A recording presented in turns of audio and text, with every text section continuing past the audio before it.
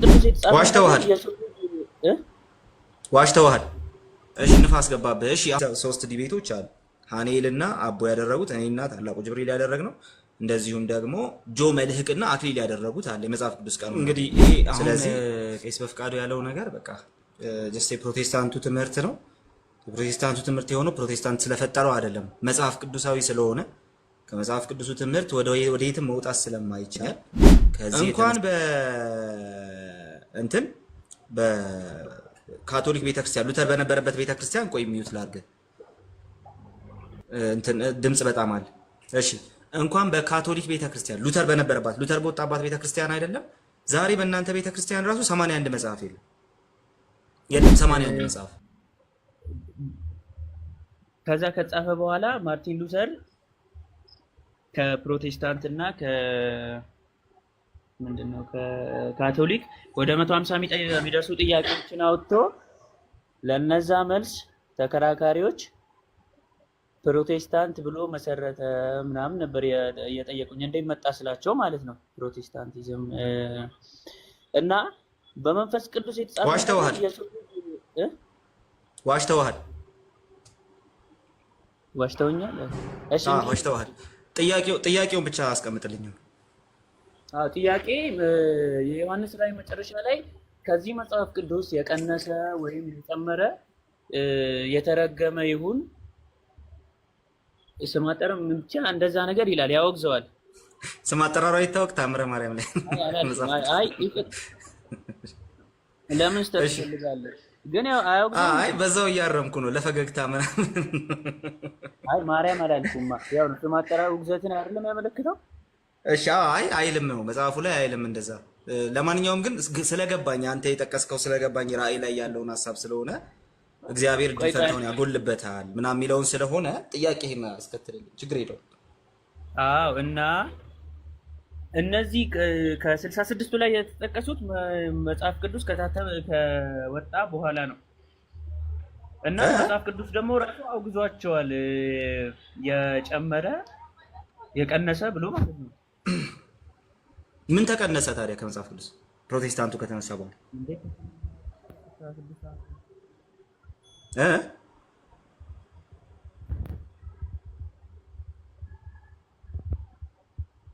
ዱርዬው አለ አይሰማም?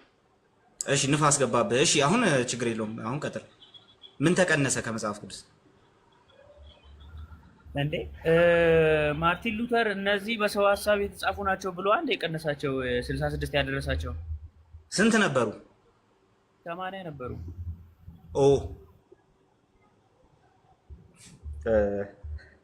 ጆን አለ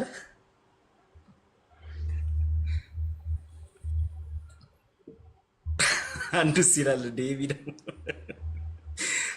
ጆን አለ። አቤት ትንሽ የሚመች ቦታ ላይ አይደለሁም። እሺ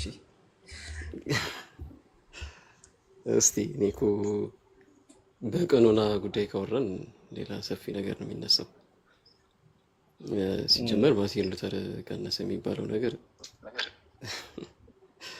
ያስቃል። ብቻ እስቲ በደንብ እንሄድበታለን አስፈላጊ ከሆነ ቀኖናው ላይ። ግን አንድ መጨመር የምፈልገው ነገር እችን ልናገርና እኔ በታችም ልስማችሁ። ባይ ዘ ዌይ ስግደት የሚለው ላይ ብቻ ሀሳብ ልስጥና እንትን እላለሁ።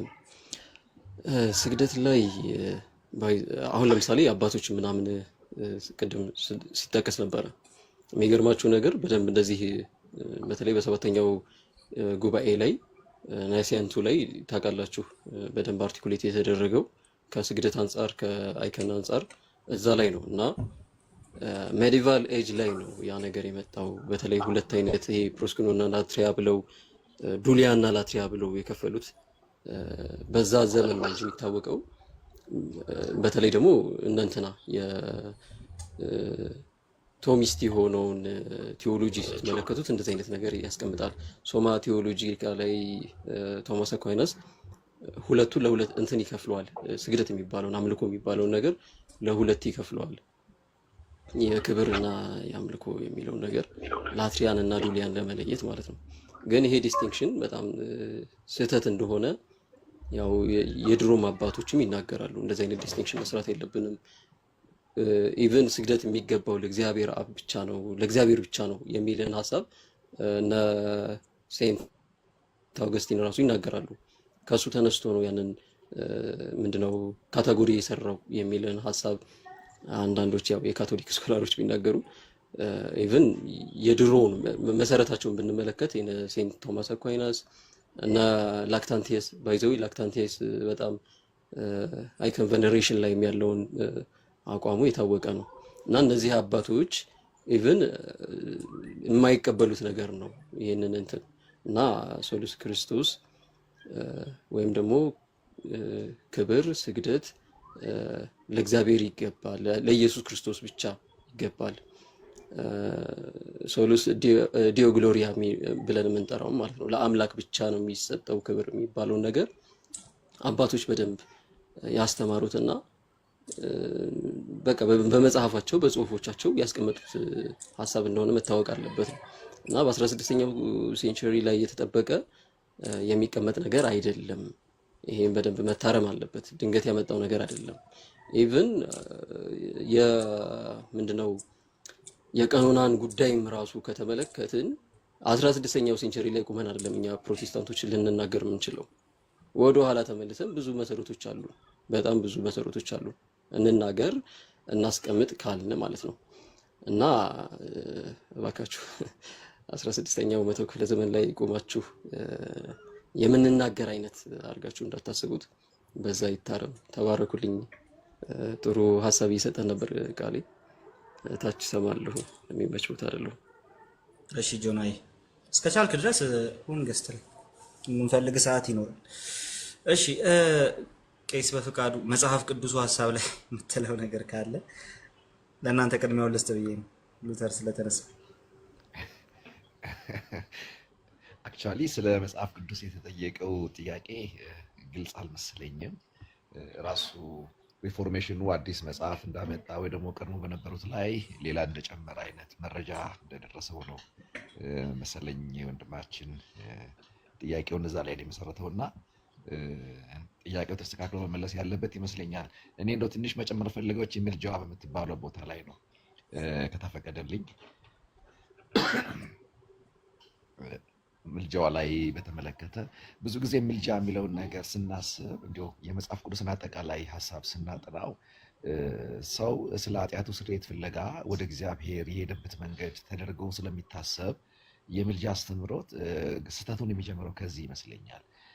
ምልጃ ኃጢአተኛው ምሕረትን ፍለጋ ወደ እግዚአብሔር የሄደበት መንገድ ሳይሆን ኃጢአተኛውን ዓለም ወደ ራሱ ለማምጣት እግዚአብሔር ወደ ሰው ልጆች የመጣበት መንገድ ነው። ስለ ምሕረት በክርስቶስ ምትካዊ ሞት የተፈለገው ኃጢአተኛው እንጂ ኃጢአተኛው አይደለም። ስለ ኃጢአቴ አኩርፎ የተቀመጠን እግዚአብሔር በሌላ ሶስተኛ ወገን ይቅር እንዲለኝ ወደ እግዚአብሔር የሄድኩበት መንገድ አይደለም። ከጥንትም ጀምሮ ኃጢአተኛ በዝጌር ሲፈለግ ነው የምንመለከተው። ምንድነው ወደዛ ወገኖቹ መጣ፣ የገዛ ወገኖቹ አልተቀበሉትም፣ ለተቀበሉት ሁሉ ግን እያለ በክርስቶስ በኩል እግዚአብሔር አምላክ ከጥንትም ጀምሮ ዓለምን ከራሱ ጋር ያስታርቅ ነበር ነው እና ጤናማው ከድህነት ጋር የሚገናኘው ምልጃ ግራውንዱ መሰመር ያለበት ከዚህ እውቀት ነው ብዬ አስባለሁ። እኔ ኃጢአተኛ ነኝ፣ በኃጢአቴ ሞቻለሁ። ስለዚህ የሞተ ማንነት በምንም ታምር ለድነቱ የሚያበቃው ምንም ነገር የለውም፣ ለእርቅ የሚያበቃው ምንም ነገር የለውም። ወደ ኃጢአተኛው ዓለም መድኃኒት የላከው ወደ ኃጢአተኛው ዓለም እርቅን ፈልጎ በክርስቶስ በኩል የተጠጋው እግዚአብሔር ነው የሚለውን ነገር ካሰብን ያ በጣም ቀላል ያደርገዋል። የመካከሉን ነገር ቀላል ያደርገዋል። ሁለተኛ አሁን የምናወራለት ምልጃ ብዙ አይነት ምልጃዎች አሉ። ሰው ከሰው የሚያደርገው ጥል አለ፣ ሰው ከራሱ ጋር የሚያደርገው ጥል አለ። ግን ይሄኛው አሁን የምናወራው በሃይማኖት ውስጥ የሚወራው ምልጃ በእግዚአብሔርና በሰው መካከል የተደረገን ጥል መሰረት ያደረገ የእርቅ ፕሮሰስ ይመስለኛል። ደግሞም ነው እዚህ ውስጥ እንግዲህ የጥሉ ምክንያት ምንድን ነው የሚለውንም ጨምሮ ማወቅ ያስፈልጋል። የጥሉ ምክንያት ኃጢአት ነው። ስለዚህ በመካከል የገባውን ኃጢአት ማስወገድን የሚጠይቅ ፕሮሰስ ነው ይሄ ምልጃ የሚባለው ነገር እንጂ እንደ ሰፈራችን እርቅ አንቺም አንተም ተው ተብሎ የሚሰራ ስራ አይደለም። በዛ የምንገላገለው ጉዳይ አይደለም። ጥሉ ህይወት የቀማን ነው። ጥሉ ከእግዚአብሔር ሕይወት ያጎደለን ነው። ጥሉ ዘላለማችንን ጥያቄ ውስጥ የከተተ ጉዳይ ስለሆነ እንዲያቅለን ባናየው ጥሩ ነው ብዬ አስባለሁ። እና እንዴት ነው የተወገደው ብለን ስንጠይቅ መካከለኛ ሊሆን የሚገባው በሰውና በእግዚአብሔር መካከል የለየውን ኃጢአት ለማስወገድ የተፈለገው አማላጭ እርቅን ሊያመጣ ያስፈለገው አማላጭ ምን መሆን ይገባዋል? ምንድን ነው የዚህ አይነት አማላጭ ኃላፊነቱ ምንድን ነው የሚለውን ነገር ስንመለከት የመጀመሪያው መካከለኛ መሆን ነው። መካከለኛ ማለት በሰውና በእግዚአብሔር መካከል ማለት ነው። ስለ ሰውም ድካም የሚገባው ስለ እግዚአብሔር ጽድቅንም የሚገባው ያስፈልጋል ብዬ አስባለሁ። ስለዚህ የሰውን ድካም ሊረዳ የእግዚአብሔርን ጽድቅ ደግሞ ሊያረካ የግድ ያስፈልገዋል። ለዚህ ነው መካከለኛ ሆኖ በመሀል የገባው ክርስቶስ ነው የምንለው። የእግዚአብሔርንም የጽድቅ ጥማት አርክቷል በመስቀል ላይ፣ የሰውንም ድካም ደግሞ ወክሎ ድካማችንን ወስዶ በእግዚአብሔር ቁጣ ውስጥ ለማለፍ ፈቅዷል። ይህንን ሁሉ የሚያካትት በጣም ትልቅ የሆነ ርዕስ ነው ስለ ምልጃ ስናስብ እና እንደው እኔ ኃጢአተኛ እርቅን ፍለጋ ወደ እዝጌር የሚሄድበት እዝጌሩን ፍለጋ ኃጢአተኛ የጀመረው መንገድ አድርገን እንዳናስበው ራሱ እግዚአብሔር ፍጥረቱን ለመታረቅ የመጣበት መንገድ ነው። በዚህ አይነት መንገድ ካየነው መሀል የምንፈልጋቸው ሁሉ ስራ የሚያጡ ይመስለኛል እና በክርስቶስ ተፈልገናል ነው። ስለዚህ አሁን እኛ ነን ከእግዚአብሔር ጋር ታረቁ ብለን ስለ ክርስቶስ እንለምናለን ተብለን የተጠየቅነው እኛ ነን። ሐዋርያቱ ወደ እኛ ነው የጮሁት። ይቅር በሉ ማለት በንስሐ ግቡ፣ ጌታን ተቀበሉ፣ ወደ ምሕረቱ ኑ ተብሎ አሁንም እየተለመነ ያለው ሰው እንጂ እዝጌር አይደለም። አሁንም እምቢ እያለ ያለው ለእርቅ ሰው እንጂ መለኮት አይደለም። እና እኔ ላይ ጥያቄው ላነሳ ወንድምን ቢሆን የምናገረው ምንድን ነው? ወንጌል ወደ አንተ ነው፣ ሞቶልሃል፣ ክርስቶስ ይወድሃል፣ በአንተና በእግዚአብሔር መሃል ያለውን ጥል በደሙ አስወግዶታል።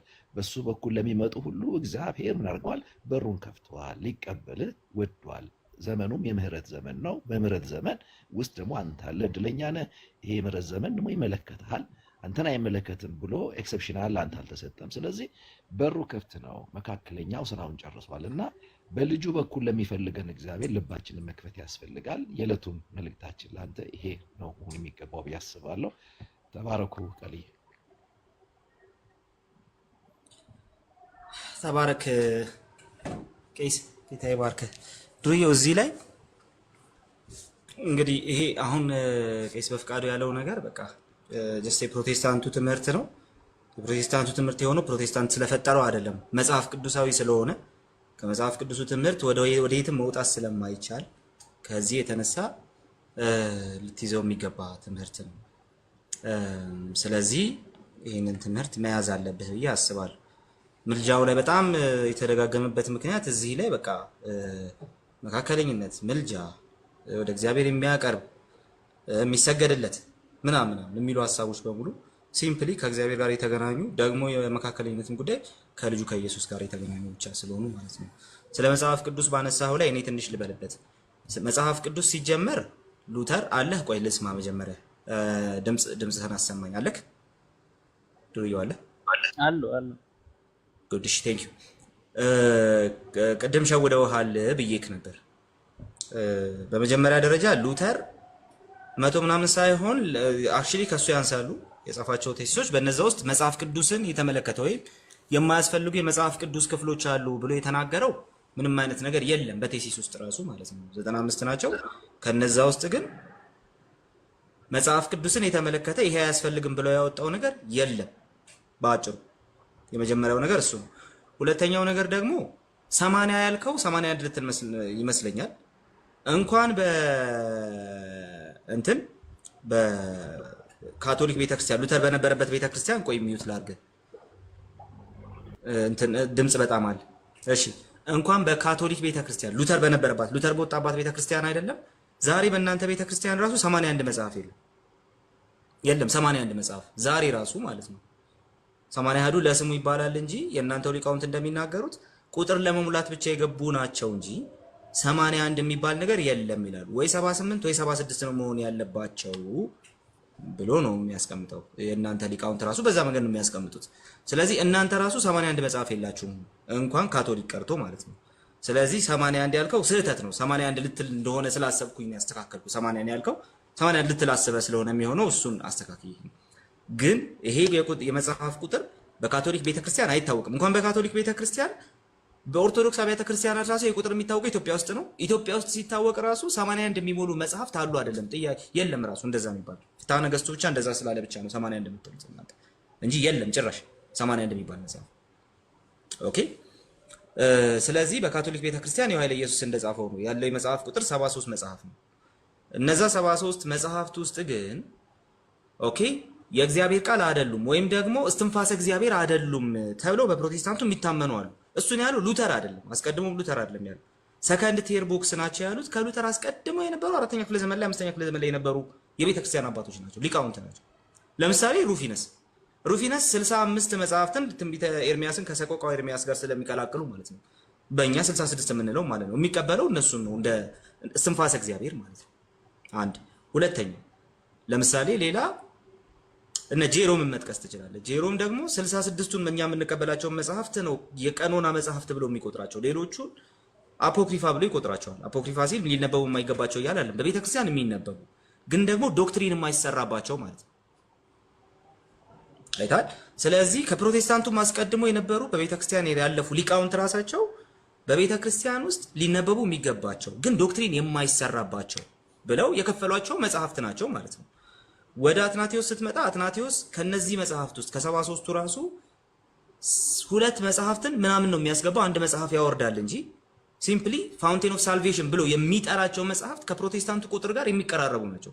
ጄሮም የኛን ቁጥር ነው እንትን የሚያደርገው አፈርም የሚያደርገው፣ ሩፊነስ የኛን ቁጥር ነው አፈርም የሚያደርገው። ወደ አትናቴዎስ ስትመጣ 2 መጽሐፍት ወደ ላይ ይቀበላል፣ አንድ መጽሐፍ ወደ ታች ያወርዳል። ነገር ግን እነሱን ምን ይላቸዋል መሰለ ፋውንቴን ኦፍ ሳልቬሽን ብሎ ይጠራቸዋል፣ ወይም ደግሞ የድነት ምንጭ ናቸው ብሎ ይጠራቸውና ሌሎቹ እንደ መጀመሪያዎቹ የድነት ምንጭ ያልሆኑ ከመጀመሪያዎቹ ጋር ካኖኒካል የማይባሉ ቀኖናዊ የማይባሉ ነገር ግን በቤተ ክርስቲያን ሊነበቡ የሚገባቸው መጽሐፍት ብሎ ደግሞ ያስቀምጣል። ከነዛ ውስጥ ራሱ እናንተ ጋር ያሉ መጽሐፍት ጭራሽ ቁጥር ውስጥ የማያስገባቸው መጽሐፍት ራሱ አሉ። ስለዚህ በቤተ ክርስቲያን አባቶች የተለያየ የመጽሐፍ ቁጥር ነበር። ሉተር ብቻ አይደለም ስለ መጽሐፍት ቁጥር ይጨነቅ የነበር። ሉተር ብቻ አይደለም በፕሮቴስታንቱም ውስጥ ስለ መጽሐፍት ቁጥር ያወራው። ኦኬ። ስለዚህ በዚህ ጉዳይ ላይ የተለያየ አስተያየት ሲሰጡ የነበሩ የቤተ ክርስቲያን አባቶች አሉ። እነ ጎርጎርዮስ ዘንዚናዙ፣ የፓናሪዮኑ ጸሐፊ ስሙት በኢየሱስ ስሙ ጠፋኝ። እነሱ ራሳቸው ኧረ ስሙን ጻፉልኝ። ፓናሪዮን ማን ነበር የጻፈው? አፌ ላይ ነው ያለው። ባለፈው ዲቤት ላይ አነሳው ሰው አይደለም ፖሊስ አለ። በጌታ ስም ኤጲፋኒዮስ ሰላሚስ ዜና ደቂቃ ቴንክ ዩ ኤጲፋኒዮስ እነ ኤጲፋኒዮስ ጭምር የተለያየ አይነት የመጽሐፍ ቅዱስ ቀኖና ቁጥራቸው የተለያየ ነው። ስለዚህ እነሱም 73 መጽሐፍት አልያዙምና ብለህ መቼም እነሱንም መናፍቅ አትላቸውም አይደለ? ኦኬ። የተለያየ ቁጥር የሚያመጡ የተለያዩ አባቶች ስላሉ ማለት ነው። ጎርጎርዮስ ዘንዚናዙ እሱም የተለየ ነው በሱ ሳይድ ያለው።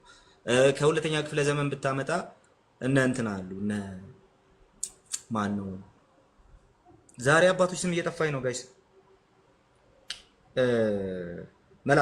መላጢዮስ ዘሰርዴስ ሜሊቶ አለ። ስለዚህ እነዚህ አባቶች አሉ። ከዚህ የተነሳ የመጽሐፍት ቁጥርን የፕሮቴስታንቱ 66ቱ እንደ የተቆረጠ ነው እንደዚህ ነው ለማለት አትችልም። ከዛ በፊት የነበሩ አባቶችም የተለያየ ቁጥር አላቸው። ጭራሽ 66ቱን አፈርም ያደረጉ ደግሞ የቤተክርስቲያን ሊቃውንትም አሉ ማለት ነው። ከዚህ የተነሳ ዱርዬው ሙሉ በሙሉ አሁን ክሌም ያደረገው ነገር ስህተት ነው። ስለ መጽሐፍ ቅዱስ ቀኖና እኔና ታላቁ ጅብሪል ያደረግነው በቅርቡ እኔና ታላቁ ጅብሪል ያደረግነው 66 ወይ 81 በሚል ያደረግነው አለ። አንድ ሁለተኛ ከዚህ በፊት እኔ ቲክቶክ አልመጣሁም። ከዚህ አሁን በቅርቡ ከተደረገው በዚህ ዓመት ከተደረገው ከኔና ከታላቁ ጅብሪል ዲቤት በፊት ሃኒኤልና አቡናክ ያደረጉት ኦርቶዶክስ አቡ ያደረጉት ዲቤት አለ 81 ወይ 66። ከዛ በፊት ደግሞ ጆ በልህቅና አክሊል ያደረጉት ደግሞ አለ አክሊል 81 የሚለው ነገር አንዳንድ መጽሐፍት ልክ አይደሉም ከማለቱ በፊት ማለት ነው። እና እነዚህ 3 ዲቤቶች አሉ ሃኒኤልና አቡ ያደረጉት እኔና ታላቁ ጅብሪል ያደረግነው፣ እንደዚሁም ደግሞ ጆ መልህቅና አክሊል ያደረጉት አለ የመጽሐፍ ቅዱስ ቀኖና ላይ። ስለዚህ እሱን ገብተህ 3ቱን ዲቤቶች ዝም ብለህ ዩቲዩብ ላይ ገብተህ እያቸው። ከዛ ስለ መጽሐፍ ቅዱስ ቀኖና ትንሽ አጥና። ሉተር አይደለም ያንን ያደረገው ለማለት ነው። ቴንክ ዩ ዱርዬው አለ ሰምተሃል በደንብ እያስባለሁ። ሰምቻለሁ። ግን እንደናንተ አስተምሮ ያወገዛቸው ከ66 አሐዱ ውጭ ያሉትን ነው ማለት 60 ያወገዘው መጽሐፉ 66 አሐዱ የሚባል ነገር የለም። ግን እስቲ ጥያቄ ይሄን ተመልከት። እሺ ያ የእናንተ ስንት ነው? ያወገዛቸው የትኞቹን ነው አሁን ያልገባኝ ነገር። ከ66ቱ ውጭ ያሉት መወገዝ አይደለም። ከ66ቱ ውጭ ያሉት እንደዚህ ላድርግልህ። ከ66ቱ ውጭ ያሉት መጻሕፍት ኦኬ፣ ልብ ብለህ ስማኝ እሺ። በተለይ አሁን 73ቱ ካቶሊኮች የሚቀበሏቸው 73 መጻሕፍት አሉ። ከ66ቱ ውጭ ያሉት መጻሕፍት ለታሪክ እንደዚሁም ደግሞ የተለያየ ነገር ለመማር እንጠቀማቸዋለን። አሁንም ቢሆን ለምሳሌ እነ ጥበበ ሰለሞንን ጭምር ዊዝደም ሊትሬቸር ብለን ወስደን እናጠናቸው። እነ ሲራክን ጭምር እናጠናቸዋለን። እነ መቃቢያን የታሪክ መጽሐፍት ናቸው ብለን እናጠናቸው። የኢትዮጵያው መቃቢያን የትም የለም። የኢትዮጵያው መቃቢያን ስህተት ነው ሲጀምር። የኢትዮጵያው መቃቢያን ትክክለኛው መቃቢያን አይደለም። ግን ደግሞ ሰባው ሊቃናት ላይ ያለው ትክክለኛው መቃቢያን ግን የታሪክ መማሪያ ስለሚሆን እናጠናዋለን፣ እንማረዋለን፣ እንማርበታለን፣ ታሪክ እንመለከትበታለን፣ ቴዎሎጂዎቻችንን ጭምር እናብራራበታለን ምናምን። ስለዚህ እነዚህ መጽሐፍት ይነበባሉ፣ ይጠናሉ። አደሴም ታይም የእስትንፋሰ እግዚአብሔር ግን አይደሉም። ማውገዝ ሳይሆን ልክ እነ ሩፊነስ እንዳሉት ማለት ነው። ኦኬ፣ እንደነ ሩፊነስ ያሉት በቤተ ክርስቲያን ያሉ የሚነበቡ አዳዲስ ተጠማቂዎች ጭምር የሚያነቧቸው መጽሐፍት ግን እስትንፋሰ እግዚአብሔር ያልሆኑና ዶክትሪን የማይሰራባቸው ብለው ይከፍሏቸዋል። ፕሮቴስታንቱም ልክ እንደዛው ለጥናት የሚሆኑ ግን ደግሞ እስትንፋሰ እግዚአብሔር ያልሆኑ ብሎ ደግሞ እንደዛው ይከፍላቸዋል ማለት ነው። ስለዚህ መወገዝ አይደለም። እንደዚህ ነው እኛ የምናያቸው።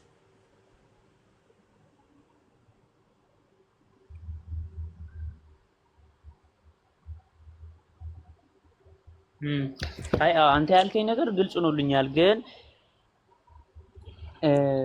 አሁንም አንተ እያልከኝ ያለው እኛ የምንቀበላቸው መጽሐፍቶች አንተ እንዳልከኝ በእናንተ አስተምሮ ውስጥ ያሉትም የሰው ሐሳብ ናቸው። እሱ ደግሞ ያወገዘው የተጨመሩትንም የተቀነሱትንም ነው። እና ማን ያወገዘው? ዮሐንስ ራእይ ላይ ያለውን ነው የምልህ። መጨረሻ ላይ የቀነሰ የጨመረ ብሎ የከለከላቸውን ማለት ነው። ስለ 66ቱ ስለ 80 አይደለም እሱ እንደዛ ያለው እኮ አልኩ እኮ። ግን ሁሉም ላይ ለምሳሌ ስለማን ነው እንደዛ ያለው? ከመጽሐፍ ቅዱስ ቃል የተጨመሩትንም የተቀነሱትንም እዛ መጽሐፍ ላይ አይደለ እሱ እየተናገረ ያለው እዛው የራእይ መጽሐፍ ላይ የተነገረውን ነገር በተመለከተ ነው። ስለ ራእዩ ብቻ።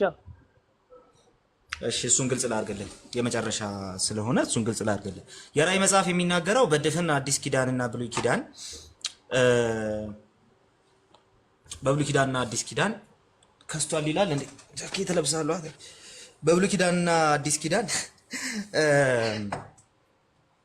እግዚአብሔር የተናገራቸው ነገሮች ጠቅልል ብለው የገቡት ራእይ ዮሐንስ ውስጥ ነው። የእግዚአብሔር የተስፋ ቃል እግዚአብሔር ጃኬቴን አስታወስከኝ ኤቢ። የእግዚአብሔር የተስፋ ቃል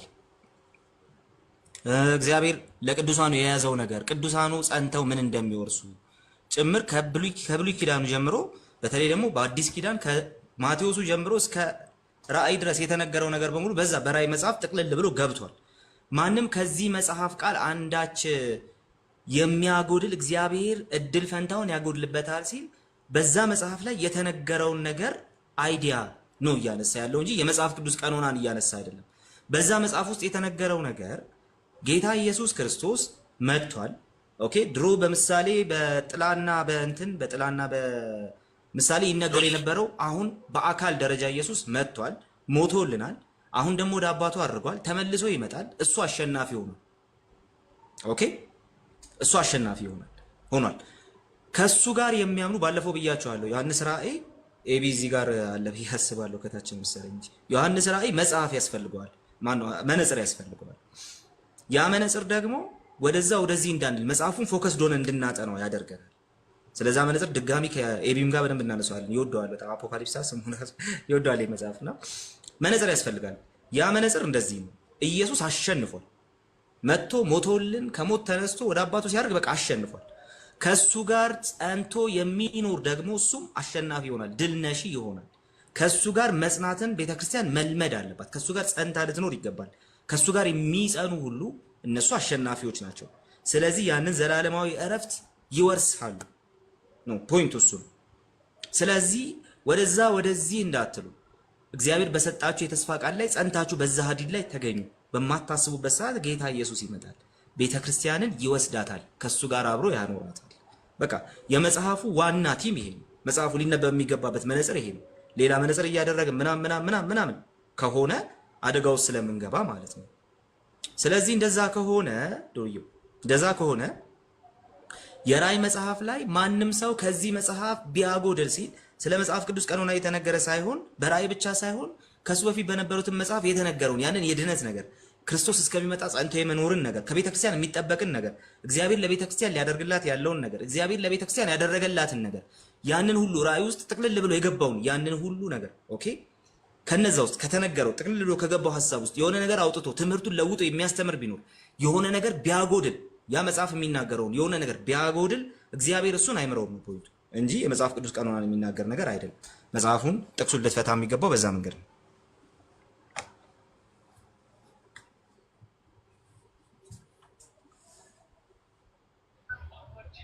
አመሰግናለሁ። እሺ ግን እሺ አትጥፋ ብቅ በል። አይ እናወራለን በውስጥም ምናምን እና መጽሐፍ ቅዱሳዊ ጥቅስን ያዘለ ነገር አይደለም። እንደ ፕሮቴስታንት ስጠይቅህ እንደ ምሳሌ ነበር የመለስክልኝ የነበረው። ግን ማለት ሰዎች ባነሱት ሀሳብ ላይ የሰው ሀሳብ በሰው መንፈስ የተጻፉ ነገሮችን ነው መልስ የሰጠኸኝ ያለው። ግን በቃ በውስጥ ጻፍልኝ እና በውስጥ እናወራለን። አሁን የነገርኩህን ግን በደንብ ያዛቸው። አሁን የጠየቀው ጥያቄ ኮምፕሊትሊ የኛ ጥያቄ ነው።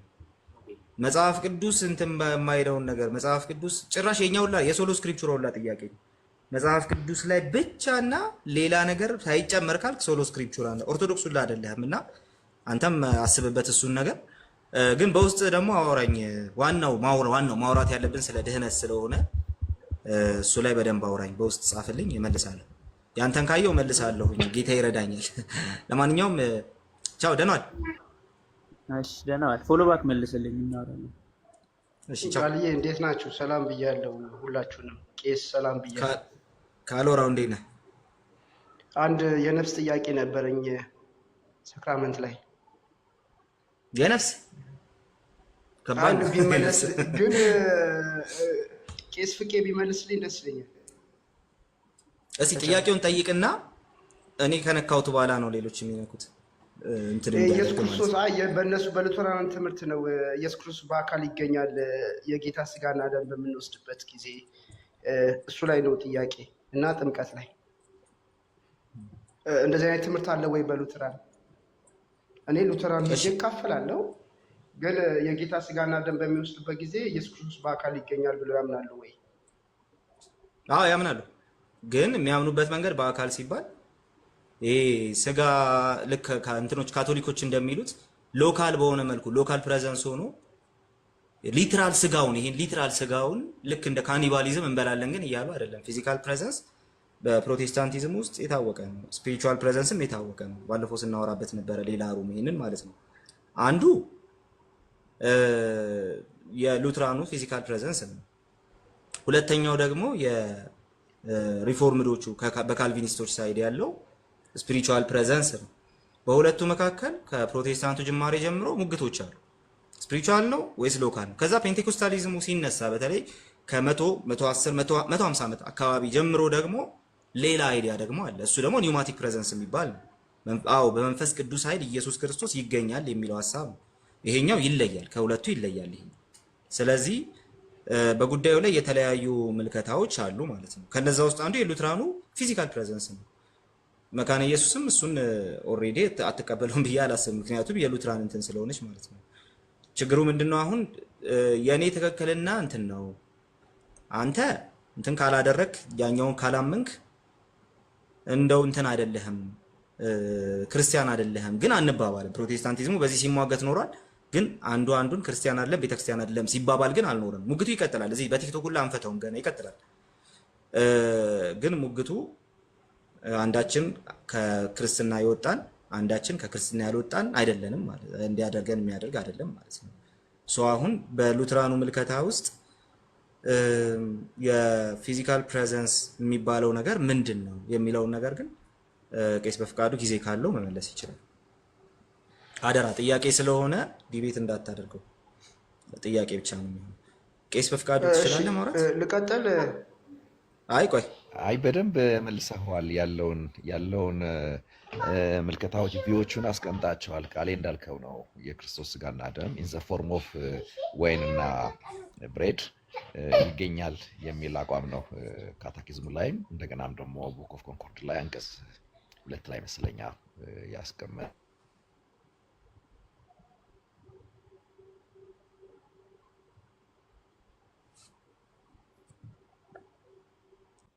እኔ ጋር ነው የተቋረጠው።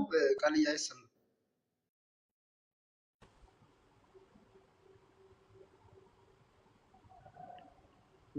የኔ ብቻ ወገኔ ጋር ነው የማይሰማው? ኧረ እኔ ጋርም ተቋርጧል። ስልክ እሺ፣ ቄስ በፍቃዱ ስልክ ገብቶብኝ ነበር እኔ ጋር። እሺ ያልኩት እንግዲህ ጨርሼ መሰለኝ ስልክ የገባው። ቃልዬ እንዳልከው ነው። በሉትራን ያለው አመለካከት እሱ ነው። ይሄ ምንድነው እንደ ካቶሊክ በቀጥታ ወደ ስጋና ደም ይለወጣል የሚል አቋም አይደለም ያለው። የክርስቶስ ስጋና ደም ኢን ዘ ፎርም ኦፍ በወይንና በህብስቱ ጋር ይገኛል የሚል አቋም ነው ያለው። የተለየ የሚጨምረው የለም። ይሆነው ወይል እሺ፣ ሌላ ሉትራን እዚህ ውስጥ አይታየኝም እና ቤቱ የኔ ስለሆነ ልጨምርበት። ካሎራው እዚህ ጋር ነገረ ክርስቶስን ነው ቀጥታ ኮት የሚያደርጉት የሉትራን የሪፎርምዱም ቴዎሎጂ ማለት ነው። ቅድም የመሰረተ ክርስቶስ የሚል ነገር አይቻለሁ። መሰረተ ክርስቶስ እንዴት ማታብራራው ህብረት አለው ብቻ ነው የምትለው። ከክርስቶስ ስጋ ጋር ይሄ የምንበላው ህብስት የምንቆርሰው ህብስት ከክርስቶስ ስጋ ጋር ቀጥታ ህብረት አለው ነው የምትለው። ሜኖናይት ትራዲሽኑን ከያዝን ግን ሲምፕሊ የክርስቶስን ስጋና ደም እንመገባለን፣ ምክንያቱም ህብረት ስላለውና ይህ ስጋዬ ነው ብሎ ስለሰጠ ቀጥታ ይሄን እንመገባለን ትላለች። ጀስት በሜኖናይት ትራዲሽን ውስጥ ስንመለከተው ማለት ነው። አት ሴም ታይም ግን ከክርስቶስ ስጋና ደም ጋር ህብረት አለው ብላ ነው የምትቆሙ። ይህ ስጋዬ ነው ሲል ህብረት እንዳለው እየተናገረ ነው ብላ ነው የምትቆሙ። የሉትራንና የሪፎርምድ ቴዎሎጂ ግን ይህንን ፈርዘር ያብራረዋል፣ ፊሎዞፊካሊም ያብራረዋል፣ እንደዚሁም ደግሞ ተወሰነ ደረጃ ኤግዜጀቲካሊም ደግሞ ይሄድበታል። ስለዚህ በዚህ ውስጥ የሉትራኑ አይዲያ ከነገረ ክርስቶሱ ጋር አብሮ የሚሄድ ነው። ኮሚኒካቶ ኢዲዮማታ የሚባል ነገር አለ። ኮሚኒኬሽን ኦፍ አትሪቢዩትስ ማለት ነው። አንዳንድ ጊዜ እዚህ ላይ በጣም ብዙ ጩኸቶች እንግዲህ ሰሞኑንም ነበሩ። ከዚህ በኋላ ሊቀጥሉ ይችላሉ አይችሉም አላውቅም፣ ምናምን ከዛም ከዚህም እንትን ስንል ነበር ምናምን። ግን ቴዎሎጂው ላይ ማውራቱ ጥሩ ያስተዋውቀናል ብዬ አስባለሁ። መጀመሪያ መተዋወቁ ጥሩ ስለሆነ ማለት ነው። እና በዚሁ አንድ መጽሐፍ እዚህ ጋር አሁን ላይቭ ከመክፈቴ በፊት አንድ መጽሐፍ እያነበብኩ ነበር እዚህ እና እያነበብኩ የነበረው ጥምቀት ላይ ነው። እንደምታውቁት እኔ ምኬሲ ነኝ። የህፃናት ጥምቀትን እንትን አላደረገውም፣ ኢንተርቴን አላደረገም። የህፃናት ጥምቀትን ፕሮፖነንት አይደለም። ግን ጸሐፊው ምን ይላል? የህፃናት ጥምቀት የማይቀበል ሰው ነው፣ ግን ደግሞ በጣም በሚገርም ሁኔታ ጥምቀትን የሚያስረዳ ሰው ነው። እና ጸሐፊው ምን ያስቀምጣል? በመጀመሪያ ደረጃ ሪፎርምዶቹም፣ ሉተራኖች፣ ካቶሊኮች፣ ኦርቶዶክሶች ስለዚህ ቴዎሎጂ ስለ ህፃናት ጥምቀት የሚያስተምሩትን ነገር በደንብ መረዳት ያስፈልጋል። ስለነሱ በትክክል የሚያስተምሩት የተለያየ ስለሆነ ማለት ነው። ኦኬ፣ ስለ ጥምቀት የሚያስተምሩት ነገር የተለያየ ነው። የህፃናት ጥምቀትን በተመለከተ ኢቭን የሚያስተምሩት ነገር አንድ አይነት አይደለም። ስለዚህ የግድ እነሱን ወገኖቻችንን አክብረን ስለሆነ ማውራት ያለብን የሚሉትን ነገር በትክክል መረዳት ያስፈልጋል ብሎ ይናገራል። በትክክል መረዳት የሚሉትን ነገር፣ ምክንያቱም ዊ ሪስፔክት them። ስለዚህ የሚሉትን ነገር በትክክል መረዳት ያስፈልጋል። አሁን የሚሉትን ነገር በትክክል እንረዳው። አስቀድመን የሚወራው ነገር ኮሚኒካቶ ኢዲዮማተም ውስጥ ነው፣ ወይም ደግሞ ኮሚኒኬሽን ኦፍ አትሪቢዩትስ ውስጥ ነው። ኮሚኒኬሽን ኦፍ አትሪቢዩትስ ማለት ምን ማለት ነው? ከዚህ ነው መጀመሪያ ያለብን ያንን የጌታ እራት ነገረ መለኮቱን ለመረዳት ማለት ነው። ስለዚህ እያሉ ያሉት ነገር ክርስቶስ ለመለኮትነቱ የሚነገረው ነገር ቀጥታ ለስጋው ይነገራል። ለሰብአዊነቱ የሚነገረው ነገር ለመለኮትነቱ ይነገራል። ኦሊቨር ክሪስፕ የተባለ አንድ ሰው አለ፣ ክሪስቶሎጂ ላይ በጣም አሪፍ ነገር ጽፏል። እና ዲቪኒቲ ኤንድ ሂውማኒቲ የሚለው መጽሐፉ ላይ አንዳንድ ነገሮችን ያነሳል ከሉትራን ቴዎሎጂያኖች አንጻር። አይ በአንድ ሳይድ ብቻ ነው ለስጋው የሚነገረው ለመለኮቱም ይነገራል በሚለው ብቻ ነው መውሰድ ያለብን የሚሉ ቴዎሎጂያኖች አሉ። አይ በዛም በዚህም መሆን ይችላል የሚሉ ቴዎሎጂያኖች አሉ ይላል። ነገር ግን አሁን አንዱን ብቻ ይዘን እንሂድ፣ በሁለቱም ይነገራል። ለምሳሌ አምላክ ሞቶልናል፣ መለኮት አይሞትም። አምላክ ሞተልን ስንል ምን ማለት ነው? በስጋ ሞቶልናል። ስጋ ስለሞተ አምላክ አልሞተም ማለት አንችልም። አይታል። እንደዚሁም ደግሞ ኢየሱስ ክርስቶስ አምላክ ነው እንላለን። ኢየሱስ አምላክ ነው ስንል ስጋ ብቻውን አምላክ መሆን ባልቻለ ነበር። ነገር ግን ይሄ ስጋ በአንድ አካል ወይም ደግሞ በስላሴ ሁለተኛው አካል አስዩም የተደረገ ገንዘብ የተደረገ አካል ስለሆነ ኢየሱስ አምላክ ነው ስንል ከስጋው በስተቀር አንልም። አይታል። ለምን ሲባል ለመለኮቱ የተነገረ ነገር ለስጋውም ስለሚነገር ኮንፍሌት አናደርግም፣ አንቀላቅልም። ነገር ግን ለአንዱ የተነገረው ለሌላውም ይነገራል። ስለዚህ አስቀድሞ ስለ ነገረ እንትናቸው ስለ ሳክራመንታቸው ስናወራ ይሄኛውን ቴዎሎጂ በደንብ መረዳት መቻል አለብን፣ በደንብ መረዳት መቻል አለብን ማለት ነው። አሁን ቀጥሎ ታዲያ ህብስቱ የጌታ ስጋ ነው ብሎናል መጽሐፍ ቅዱስ ላይ ቀጥታ ይህ ስጋዬ ነው ብሎናል። ሳክራመንቶች ሉተርም ይሄንን ያነሳል። ሳክራመንቶች እንትን አላቸው ሲባል ሳክራመንቶች ኢምፓክት አላቸው ሲባል ሳክራመንቶቹ በራሳቸው ህብስቱ ህብስት ስለሆነ አይደለም ኢምፓክት ያለው ህብስቱ ከቃሉ ጋር ስለሆነ ነው። ይሄ ነገር ብዙ ሰው ሲያምታታ ይቻላል። ጥምቀቱ ውሃው ከቃሉ ጋር ነው። ይሄኛው የሉትራን ቴዎሎጂ አክቹሊ በደንብም ለማብራራት ጊዜ ያገኘን አይደለም፣ ያው የተባባልን ስለሆነ ማለት ነው። አስቀድሞ ምን ማለት ነው የሚለውን ነገር ለማወቅ ለመረዳት በደንብ ቁጭ ብሎ የሚሉትን መረዳት ያስፈልጋል። ከቃሉ ጋር ነው ማለት ቃሉ ስለዛ ነገር የሚለው ነገር ነው ኢምፓክት እያመጣ ያለው። ለምሳሌ ይህ ስጋዬ ነው ብሎ ሰጣቸው። ህብስቱ ይህ ስጋው ነው የምንለው የክርስቶስ ስጋ ነው የምንለው ኦኬ፣ ህብስቱ የክርስቶስ ስጋ ነው የምንለው ከቃሉ የተነሳ ነው። ቃሉ እውነት መሆኑ ስለምናምን ነው። ክርስቶስ ምን ስለ ይህ ስጋዬ ነው ስላለ። ስለዚህ አሁን ቀጥሎ ያለው ነገር ምንድነው? ቀጥሎ ያለው ነገር ይህ ስጋዬ ነው ያለበትን ያንን ነገር እንዴት ነው ስጋው የሚሆነው የሚለውን ነገር ማብራራት ነው። ክርስቶስ በምን መልኩ ቢገኝ ነው ስጋዬ ነው የሚለውን ነገር ማብራራት ነው። ስለዚህ በነገረ ክርስቶስ ውስጥ በእነሱ ነገረ ክርስቶስ ውስጥ ለስጋው የሚነገረው ለመለኮቱም ይነገራል። ህብስቱ ይህ ስጋዬ ነው ካለ ህብስቱን እነሱ የሚያብራሩት እንደዚህ ሞድ ኦፍ ፕሬዘንስ ይባላል። የኢየሱስ ክርስቶስ ስጋ ኢን ዊዝ አንደር የሚሉት ነገር በህብስቱ ውስጥ ከህብስቱ ጋርና ከህብስቱ ስር ይገኛል። ምክንያቱም ከክርስቶስ መለኮታዊ ባህሪ ሁሉን በሁሉ ቦታ መገኘት ኦኬ፣ በሁሉ ቦታ ከመገኘቱ የተነሳ ለመለኮት የተነገረ ለሰብአዊ ባህሪም ስለሚነገር ማለት ነው ስጋውም በህብስቱ ውስጥ ይገኛል የሚላል ኦኬ። ስለዚህ ስጋዬ ነው ሲል ከዚህ ፕሬዘንስ አንፃር ነው ብለው ያብራሩታል ማለት ነው። ተቀበለዋለህ አትቀበለውም የኔ ምልከታ ከዚህ ይለያል፣ ኮምፕሊትሊ ከዚህ ይለያል የኔ ምልከታ ከሉትራን ማለት ነው። ነገር ግን ሞድ ኦፍ ፕሬዘንሱን በተመለከተ ይህን ስለሚያምኑ በዛ ደረጃ ያስረዱታል ማለት ነው። ከዛ ቀጥሎ ዶክተር ናውል ባለፈው መጥቶ አብራርቶታል። ይሄ ነገር እንደ ሉተራን ሞድ ኦፍ ፕሬዘንስን የማያብራሩ ሰዎች እንደ ሉተራን ነገረ ሳክራመንታቸውን ይሄንን ወይም ደግሞ የዩካሪስት ትምህርትን የማያብራሩ ሰዎች አብረው እንዳይወስዱ እንትን ይሄ ሳክራመንት አብረው እንዳይወስዱ የሚደረግባቸው ዲኖሚኔሽኖች አሉ። ሁሉም ሉተራኖች እንደዛ ናቸው ማለት አይደለም። ኦፕን የሆነበት ቦታ አለ፣ ክሎዝድ የሆነበት ቦታ አለ። ነገር ግን እንደዛ የሚሆንበት ምክንያት እናንተ አልዳናችሁም እያሉ አይደለም። እዚህ ጥርት ማለት ያለበት ነገር እሱ ስለሆነ ማለት ነው። እናንተ አልዳናችሁም እያሉ አይደለም። ክሎዝ ያደረጉት ኦፕን ያደረጉ አሉ። እሺ ይሄ ሳይረሳ ኦፕን ያደረጉ አሉ። ክሎዝ ያደረጉት ግን እያሉ ያሉት ነገር እንደዚህ ነው። ይህን እኛ የምናብራራውን ነገር ኦኬ፣ ይህን እኛ የምናብራራውን ነገር እናንተ ሳታብራሩት ብትወስዱት በትክክል የኛ ትምህርት ሳይገባው ሰውየው አብሮን እንዲወስድ እየፈቀድንለት ነው። በትክክል ሳይረዳው የምናወራው ነገር በትክክል ሳይረዳው እንዲወስድ እየፈቀድንለት ነው። ያ ከመንፈስ ህብረት ጋር ኦኬ፣ ከመንፈስ ህብረት ጋር በመንፈስ ህብረት ከማድረግ ጋር በዛ ጉባኤ ላይ በሁሉ ነገር ላይ አንድ አይነት ሆኖ አብሮ ከእንትን ከማድረግ ጋር አብሮ ከመቀጠል ጋር የሚገናኝ ነገር ስለሆነ ኖ እናንተ በምልከታችሁ የእናንተ አይነት ምልከታ ያለው ጋር ብትወስዱ መልካም ነው ብለው ክሎዝ ያደርጉታል፣ ይዘጉታል ማለት ነው እንጂ አልዳናችሁም እያሉ አይደለም፣ ቤተክርስቲያን አይደላችሁም እያሉ አይደለም። ይሄ በጣም በትክክል መቀመጥ መቻል አለበት፣ ክሎዝ ያደረጉት ራሳቸው ማለት ነው። ስለዚህ በዚህ መንገድ ይብራራል ማለት ነው። ሌላው ደግሞ በዚህ ጋር እንግዲህ ይሄ ሉትራን ቴዎሎጂውን ነው። እሺ እዚህ ቲክቶክ ላይ ማንም ሰው ያወራውን ነገር አንስቼ ያወራው አይደለም። አንተ እያስተካከልክ ነው እያወራ ያለው፣ ግን እኔ አሁን ከሉተራኖች የተረዳሁት እሱን አይደለም። ሌላ ቦታም ጠይቄ ነበር። ቆይ ካልወራው ቆይ የእነሱን እዛው ጠይቃቸው። እኔ የነገርኩህ ኦልሬዲ የቴዎሎጂውን ነው እንጂ ቲክቶክ ላይ ያለውን በጭራሽ አይደለም ብያለሁ። እሺ ቃልዬ እንደዚህ ጠይቃ። አንተ እነሱ ጋር ሄደህ ትወስዳለህ የጌታ እራት? አይ ወስጄ አላውቅም። ወሰደ ቢሉኝ እነሱ ግን አንተ አሁን ቄስ በፍቃዱ መቼም ሲያስተምር ነበር። እኔ አስተምር ሄዳለሁ እንጂ የጌታ ስጋና ደም ከእነሱ ጋር ህብረት አላደረገም። አሁን ወንድሞች በህብረት ነው አይደል የሚወስዱት? ወንድም ከተባለ እንደው በህብረት ከተቀመጥን ለምንድን ነው የማይወስዱት? የማይወስዱበት ምክንያት ምንድን ነው? ምክንያቱም ቅድም አስረድቼክ ነበረ እኮ አማናዊ ባስተምር የዚህ ጋር ቆይ አንዴ ሶሪ ገባሁኝ። እሺ ቄስ ችግር የለም።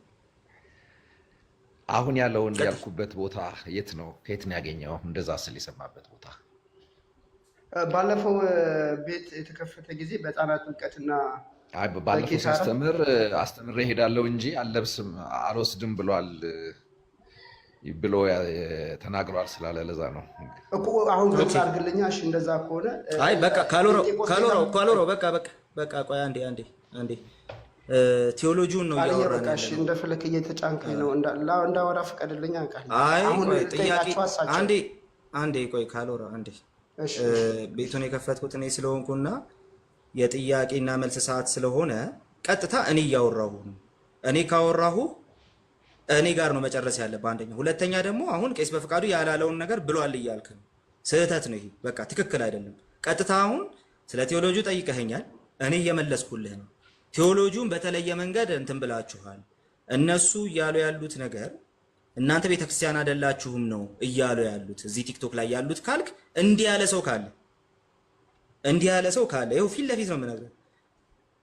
የኛ ማብራሪያ ለምሳሌ ፔንቴኮስታል ሪል ፕሬዘንስን አያምንምና ቤተክርስቲያን አይደለም የሚል ሰው ካለ ተሳስቷል። አለቀ። ይኸው አምጣ እናገናኘኝ እሱን ሰውዬ ማለት ነው። ተሳስቷል። ማንንም ቢሆን በአካል ይገኛል። ያንን የጌታ ስጋና ደም እነሱ በአካል ይገኛል ብለህ ታምናለህ? እንደነሱ እንደዛ ብለህ ነው የምትወስደው? ቆይ ኧረ አንዴ ቆይ የኔ እነግርሃለሁ። አንድ ጊዜ ቆይ መጀመሪያ ልጨርስ። የሚባለውን ነገር ሰምተህ ነው እንትን ማድረግ ያለብህ። የመጀመሪያው ነገር ቤተክርስቲያን አይደላችሁም ፔንቴኮስታሎች። አሁን ሪል ፕሬዘንስ ፔንቴኮስታሊዝሙ አያምንም። አለቀ በቃ። ይሄ ካቶሊኮች እንትኖች በሚያስተምሩት መንገድ ጌኒስ ማይስታቴከም ሉተራኖች በሚያስተምሩት መንገድ አያምንም ፔንቴኮስታሎች ማለት ነው። ፔንቴኮስታሎች በዚህ ምክንያት ቤተክርስቲያን አይደላችሁም የሚል ሉተራን ካለ ይዘውናል። ቄስ በፍቃዱ እንደማይል በጣም እርግጠኛ ስለሆንኩኝ ማለት ነው፣ እንዳላለም ስለሰማው ማለት ነው። ነገር ግን ይሄንን የሚል ሰው ካለ ፔንቴኮስታሎች በጌታ አራት ትምህርታቸው ምክንያት ቤተክርስቲያን አይደሉም የሚል ሰው ካለ ያው ግልጽ ዲቤት ጠርቼዋለሁ። አሁን መምጣት ይችላል። ይሄ ሁሉን ነገር እንትን ያደርጋል ብዬ አስባለሁ። አሁን እኔ ማምነውን ጠይቀኝ እና ተመለስ ነው። ቃልዬ ቴንክ ዩ። እሳቸውን ብጠይቅስ አሁን ፔንቴኮስቴ ጋር ይወስዳሉ ወይ? አይ ኖ እኔን ነው የምጠይቀው። እሳቸውን እሺ አንተ ትወስዳለህ? ሉተራኖች ጋር ሄደ ኢየሱስ ክርስቶስ በአካል ኦፕን ያደረጉት ጋር ሄጄ ወስዳለሁ። ክሎዝ ያደረጉት ጋር ለምን ወስዳለሁ? ክሎዝ ነው ኦልሬዲ። እንዴ ሳታምንበት በአካል ይገኛል ብለው ከሚያምኑ ጋር ትወስዳለህ ማለት ነው? ኦፍ ኮርስ ወስዳለሁ። እኔ አልከለከልም፣ ወስዳለሁ። አይ በቃሽ። እሳቸውን ብጠይቃቸው ግን ደስ ይለኝ ነበር። ከአገርከኝ ችግር የለም። አይ ቤት ሲከፍቱ ብጠይቅ ይሻላል። ምክንያቱም ጀስት እኔ አሁን ለጥያቄና መልስ ስለሆነ እየከፈትኩት እኔን ጠይቀኸኛል፣ እኔ መልሼልሃለሁ። ክሎዝድ ከሆነ ኦልሬዲ ክሎዝድ ነው፣ ለምን ይወሰዳል? ኦፕን ላደረጉልኝ ሰዎች ግን ሄጄ ወስዳለሁ። ሄጄ እስካሁን ወስጄ አላውቅም። እኔ ከቸርች ውጪ ጌታ እራት ወስጄ ማለት ኦኬ፣ አንዴ ወስጃለሁ፣ የሆነ ቸርች ወስጃለሁ፣ እሱም ፔንቴኮስታል። ግን ደግሞ እኛ ጋር ደግሞ መጥተው የወሰዱ የመካነ ኢየሱስ ልጆች አውቃለሁ። ስለዚህ የሚፈቅዱ ሰዎች ጋር ሄደን እንወስዳለን። አይ አንፈቅድም የሚሉ ጋር ለምን እንወስዳለን? ሲጀመር ዘግቶታል። እንዴት እንወስዳለን? አይ እናንተም ጋር መተን አንወስድም፣ ምክንያቱም ትምህርታችን ይህንን እንትን እንዳንል ይፈልጋል ካለ ደግሞ ኦልሬዲ አንወስድም። ኦልሬዲ አይወስድም፣ መጥቶ እኛም ጋር አናስገድደውም ማለት ነው። እዚህ የጦርነት ጉዳይ ያደረግነው አመጣነውና የጦርነት ጉዳይ ያደረግነውና ስትጠይቁ እስቲ በእንትን ጠይቁ እባካችሁ፣ በጸሎት መንፈሱን እስቲ። እሺ ኢማኑኤል ቀጥል። እሺ ይቅርታ ቶሎ ብለህ ለመመለስ እሞክራለሁ። ባትሪ ሊዘጋብኝ ነው፣ ኔትወርክ የሚያስቸግረኝ ወጥቼ ስገባ እያየህ ነው። እና ሰላም ለእናንተ። ባለፈው ቅዳሜ ዕለት መተህ ነበር አይደል?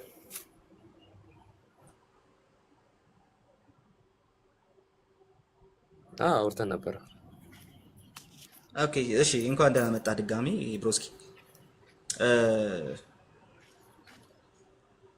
ቀጥለው።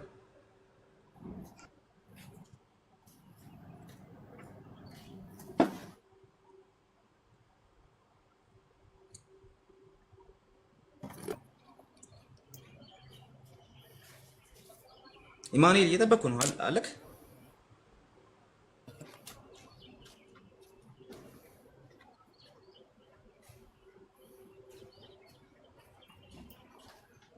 ኦኬ እንትን እያለ ቆይቶ እየደረሰ ነው እና ድምፄ ብቻ ልጠይቃችሁ።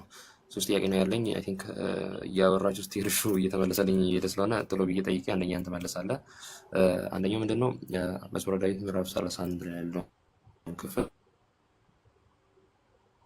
ቁጥር 1 እና 2 ላይ ያለውን የአማኙ ኃጢአት የትላንቱ ኃጢአት የዛሬው በደል ነገ መተላለፉን በክርስቶስ ኢየሱስ ደም ተጠርጓል ብለህ ታምናለህ ወይስ አሁን ካመነም በኋላ እየሰራ የሚሄደው ኃጢአት ምን እየሆነ ይሄዳል ብለህ ታምናለህ? እንደገና እየተሰራየለት ማለት ይቅር እየተባለለት እየሰራየለት ይሄዳል ብለህ ታምናለህ ወይ የሚል ነው። ሁለተኛ እኔ አሁን የትንቢትን ሀሳብ ደግሞ ልሳኔ ዝም ብሎ በየቸርቹ የሚወራው ልሳን ባለመቀበሌ ከፕሮቴስታንትነት ወዴት ነው የሚያወጣኝ? ምን አይነት ዲኖሚኔሽን ውስጥ ነው የሚከተኝ የሚል ጥያቄ እንድትመልስልኝ እፈልጋለሁ። የሆነ ሰዓት አንድ ኦርቶዶክስ ላይ ሲጠይቅ ከእንትና ጋር ነው አማንሻለሁ ይኸኛው ራሱ ግን አላውቅም። የመጀመሪያውን ጥያቄ ጠይቀኝና ሁለተኛውን ደግሞ እንሄድበታለን። መጀመሪያው መዝሙረ ዳዊት ምዕራፍ 30 ነው። እሺ መዝሙረ ዳዊት ምዕራፍ 31 እሺ መዝሙረ ዳዊት ምዕራፍ 30 ወይ ነው ባትሪ ይዘጋብኝ ነው መዝሙረ ዳዊት ያ ባትሪ ከዘጋብህማ አትሰማንም። ቁጥር 1 እና 2 እሺ መዝሙረ ዳዊት ምዕራፍ 30 ቁጥር 1 እና 2 ምን አልከኝ? አይ ላነብ እያወጣው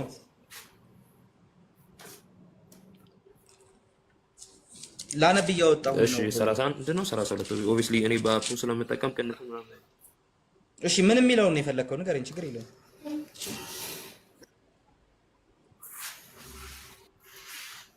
ኦኬ እኔ ለማንበብ ፈልጌ ነበር ግን ስልክ ላይ ስላለው እንትን እያደረገኝ ነው እና ቃሏን ብቻ ንገረኝ፣ ችግር የለውም። እኔ አወጣልሃለሁ። ኦኬ እሺ ስለ በደላችሁ የተከደነላችሁ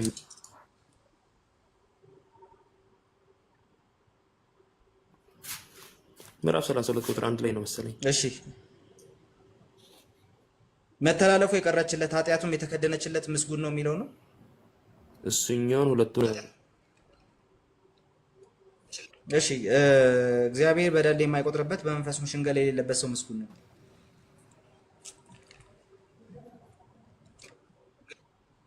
እሺ እዚህ ላይ ጥያቄ ምንድን ነው? እሱኛውን ክፍል እንዲህ ነው ኃጢአት የሚል አለ፣ መተላለፍ የሚል አለ፣ በደል የሚል አለ። እሱኛውን በምን አንገል ነው የምትረዳው? ኦብቪስሊ እኔ አሁን ሳምንበትና ስረዳበት የቆየው ከአንዳንድ ጴንጤዎች ጋር እንደገባ ያስደረገኝ አንድ ሰው ኢየሱስ ክርስቶስ ሲሰቀል የተሰቀለለት ለኃጢአቱ ሞቷል የሚባለው ከመኖሩ በፊት የአዳምን ኃጢአት ብቻ ነው። የአሁኑን ኃጢአት አሁን በቀረበው መስዋዕት ይቅር ሲባለት ብቻ ነው የሚከፈልለት ደሞዙ፣ አለበለዚያ አይከፈልለትም። ድንገት ኃጢአት ሰርቶ ቢሞት ራሱ ንስሐ ስላልገባ የሚል አይነት የሆነ ስድብ አይመስለኝም ተልካሽ አይነት የጴንጤ አይነት ሀሳብ ስላለ ይሄኛውን ክፍል ደግሞ ሮሜ ስራ ላይ ጠቅሶት ሲቀበል አይተናል እና ይሄን ክፍል እንዴት ትረዳለህ ብዬ ነው። ይህ ክፍል ስለ ጀስቲፊኬሽን እንደሆነ ተብራርተዋል በጳውሎስ በሮሜ መልእክት። ሮሜ ተሳስቶ ነው የሚሆነው። ይህ ክፍል ስለ ጀስቲፊኬሽን ነው የተነገረው። ኃጢአታቸው የተከደነላቸው ብፁዓን ናቸው። በቃ መተላለፉ የቀረችለት እሱ ብፁዕ ነው። ማንም ሰው በራሱ መተላለፉን ሊያስቀር አይችልም ነበር። ሰው በሕግ ስራ ሳይሆን እግዚአብሔርን ስለሱ ደግሞ ልጁን መልአኩን በማመኑ ብቻ ይጸድቃል። እምነቱ ጽድቅ ሆኖ ይቆጠርለታል። ስለዚህ መተላለፉ የሚቀርለት ሰው ምን ሲሆን ነው? እምነቱ ጽድቅ ሆኖ ሲቆጠርለት ነው። ኢቭን ንስሐ የሚገባው ራሱ በእምነት ስለጸደቀ ነው። ኃጢአት ሲሰራ ወር ደግሞ በክርስቶስ አምኖ ከዳነ በኋላ ወይም ደግሞ በክርስቶስ አምኖ የዘላለም ሕይወት አግኝቶ በቤተክርስቲያን እየተመላለሰ ኃጢአት ራሱ ቢሰራ ንስሐ የሚገባው በክርስቶስ በጸደቀው ጽድቅ ነው። ኃጢአቱ የቀረችለት መተላለፉ የተሰረዘችለት የተከደነችለት ብሎ መጽሐፍ ቅዱስ ሲናገር ያንን እየተናገረ ነው። በክርስቶስ አምኖ ስለ መጽደቁ እየተናገረ ነው ያለው።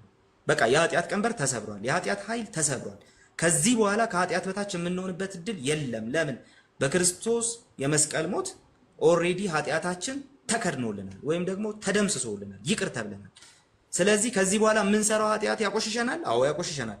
ታዲያ እግዚአብሔር ግን አንድ ትልቅ ስጦታ ሰጥቶናል። ንስሐ የሚባል ስጦታ ሰጥቶናል።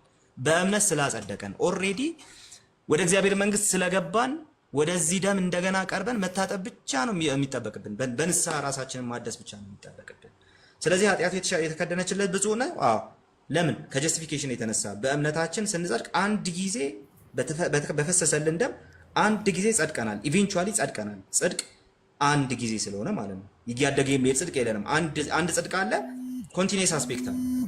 ጽድቅ ፕሮግሬሲቭ አይደለም፣ የሚያድግ አይደለም። ነገር ግን በጣም ኮንቲኒየስ የሆነ ኢምፓክት አለው። ሰው ኃጢአት ሰርቶ ራሱ በጸደቀበት እምነት በዛው እምነት ይቀደሳል፣ ወር ደግሞ ይቅርታ ይቀበላል። ስለዚህ የመዝሙረ ዳዊት ሐሳብ ይሄ ነው። ኦልሬዲ ስለ ጽድቅ ስለ ጀስቲፊኬሽን የሚያወራ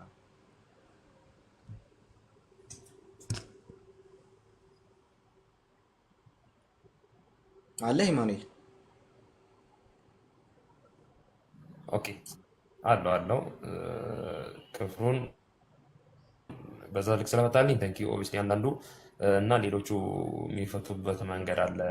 ኖርማል አሁን ይሄ እንደዚህ የሚናገረው ክፍል ቀድሞ ስለተሰራ ኃጢአት ወር ደግሞ የአዳም ዘር ኃጢአት ደግሞ ትላንት ይቅር የተባለልህ ኃጢአትን ነው እንጂ የነገን ኃጢአት የክርስቶስ መስዋዕት አልሸፈነልም የሚል አስተሳሰብ ስለሚጠቀሙ ስላየው ነው እኝና ከዛ መካከል ምን አይነት ተራራለ የሚለው ጥያቄ ሸፍኖ በደንብ ነው የሸፈነው። ጥያቄ ጠይቃ። እሺ ኦኬ አንደኛ እንትን አልቀበልም ስለ እንደ እምነት አልቀበልምና ወደ የትኛው ጎራ ያደርገኛል የሚል ነው። የማልቀበላቸውን ነገር እነግርሃለሁ። አንደኛ ነቢይ የሚከፍት ቸርች አልቀበልም። አንድ ነቢይ ተነስቶ የሚከፍት ቸርች አልቀበልም። ልሳን በቤተክርስቲያን ሲነገር አልቀበልም። ዝም ብሎ ሲነገር ማለት ነው። ኦብቪየስሊ የሚተረጎመውንም አልቀበልም እና ይሄ አይነት ከፕሮቴስታንት አሁን ካለው ነገር ወደ የትኛው ዲኖሚኔሽን እና ወደ የትኛው መረዳት ነው የሚወስደኝ? ኦብቪየስሊ ባይብሊካል የኔ ብዬ ስለማምን ማለት ነው። ልሳን ካልተቀበልክ አልቀበልም ካልክ መብት ነው። ግን የልሳን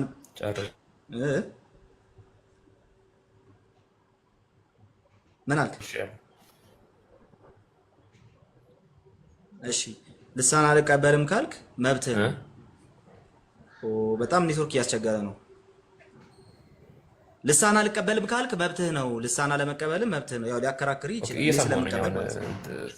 እሺ በቃ ሚውት አድርገው አንዴ። ቆይ እንትን ስለሆነብን ነው፣ በጣም እየተጎተተብን ነው። ለዛ ነው።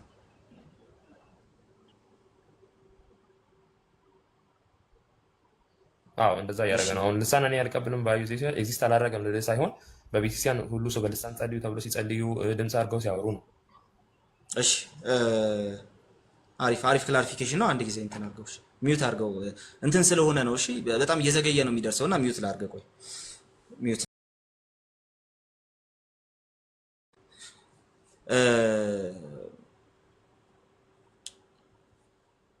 የልሳን ጉዳይ አከራካሪ ሊሆን ይችላል። ልሳን በጉባኤ ሲነገር በልሳኖቻችሁ ጸልዩ ተብሎ ሰው በልሳኑ በጉባኤ ውስጥ በጣም እንደዚህ እንትን በሚል ዲስተርብ በሚያደርግ መልኩ ሲደረግ ከሆነ ይሄን እኔም አልቀበልም። በጉባኤ የሚነገር ልሳን መጽሐፍ ቅዱስ ጳውሎስ በግልጽ ነው እንትን ያደረገው፣ በግልጽ ነው ያንን ለራሱ ይናገር ያለው ማለት ነው። ስለዚህ ያንን እኔም ብዙ እንትን አልደግፈውም። ስለዚህ ያው በግልህ በልብህ መጸለይ ትችላለህ። ከዛ በተረፈ ረብሾኛል ካልክ ግን የመጀመሪያው ነገር ማስተማር ነው። ሁለተኛው ነገር ደግሞ እንዲህ አይነት ነገር ወደሌለበት ቦታ መሄድ ያስፈልጋል ብዬ አስባለሁ። ከመንፈስ አንድነት የተነሳ ያንን ማድረግ ያስፈልጋል ብዬ አስባለሁ። እኔ ባለሁበት ቦታ ኦፍ ኮርስ ልሳን እቀበላለሁ። አት ዘ ሴም ታይም ልሳን በአደባባይ ሲነገር ግን መጽሐፍ ቅዱሳዊ ነው ብዬ አላስብም እና እንትን አደርጋለሁ። ልሳን በአደባባይ አትናገሩ፣ በቃ በግላችሁ አድርጉት እላለሁ። ይህንን ለራሴ ቤተክርስቲያን እላለሁ፣ ራሴ ለማገለግላቸው ሰዎች እላለሁ። ከዚህ የተነሳ እዛው ነው የምቀመጠው እያስተማርኩኝ። ችግር ካለ ያንን ችግር እየታገልኩኝ እዛው አብሬ ይሆናል። የአቅም ያለው ሰው እዛ ይሆናል። ኢፍኖት ግን በቃ ልሳን የማይቀበሉ ሰዎች ጋር ህብረት ማድረጉ ጥሩ ነው ብዬ አስባለሁ። ወዴትም አይወስድህም ነው። ከፕሮቴስታንትነቴ ወዴትም አይወጣም። ግን ደግሞ ኦልሬዲ የልሳን ጉዳይ በቃ ኢሹ ያርጊዋለሁ ካልክ ግን ይሄን የማይቀበሉ ቸርቾች አሉ። ወይ ሉተራን መሆን ነው ወይ ደግሞ ሪፎርምድ ቸርቾቹ ጋር ይሄን ነገር የማይቀበሉ ቦታዎች መሄድ ነው። ያንን ማድረጉ ጥሩ ነው ብዬ አስባለሁ።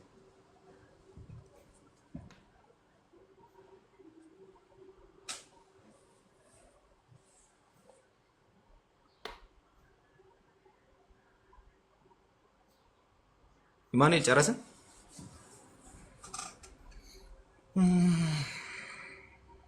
ቃልዬ እኔ ልናገርና ልውጣ። እሺ እሺ ቃይስ ተባረክልኝ። ያው ልሳን የማይቀበሉት ወደ ሉትራኑ ብልሃልና ምናልባት ተሳስተው እኔ ጋር እንዳይመጣ ስለምቀበል ማለት ነው። አዎ የማይቀበሉትን ዳጸ ልሳን ይቅር በለኝ ደህና ሁንልኝ። ተባረኩ። እሺ ተባረክልኝ። ወጣ ስለምል ነው አሁን። ቴንክ ዩ። እሺ ተባረኩ። ኢማኑኤል ሰምተሃል ብዬ አስባለሁ። የማይቀበሉ ሉትራኖች ጋር በጣም ኮንፌሽናል የሆኑት ጋር ሂድ። እዛ ልሳን አልመቀበል እንትኑ ካለ ለመንፈስ አንድነት ማለት ነው። ከፕሮቴስታንትነቱ ግን አያስወጣም። ፕሮቴስታንት ለመሆን አንድ ፕሪሪኩሲት አይደለም ራሱ ማለት ነው። እና ብዙ እንትን አታርጉ።